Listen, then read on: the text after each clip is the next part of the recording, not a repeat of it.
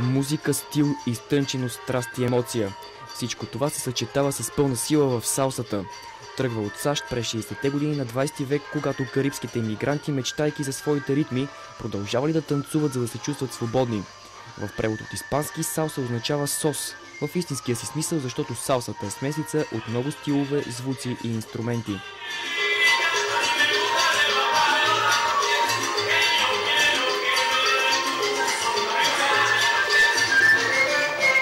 Днес салсата е стил на живот, начин на мислене и себеизразяване за мнозина, като за момичетата и момчетата от школата Салса Кон Мигел.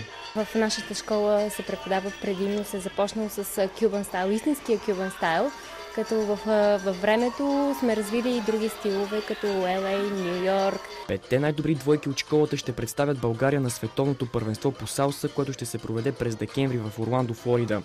За да заминат обаче им трябва спонсор, който да плати костюмите, самолетните билети и престолът в хотел. Останалото е в ръцете на младите танцори. При танца в салсата винаги излиза истинската същност на човека. Няма нещо, което да можеш да скриеш, ако танцуваш. Когато някой е по-свит или по-срамежлив, танцува по-прибрано, когато е по-отворен и се личи, показва се на другите хора.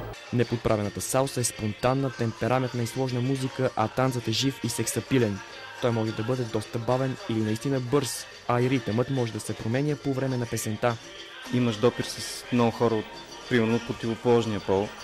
В един момент просто всичко става едно, ставаш с музиката едно и не мислиш, много не разсъждаваш. Където и да отидеш сам, не си сам, защото познаваш, всички познаваш и винаги има с кой да танцуваш, с кой да говориш. Салса се танцува на музика с повтарящ ритъм от 8 удара. Колкото хора танцуват салса, толкова са и стиловете, защото салса е напълно свободен танц, без правила, без стандарти и без граници, които трябва да се спазват, както и животът.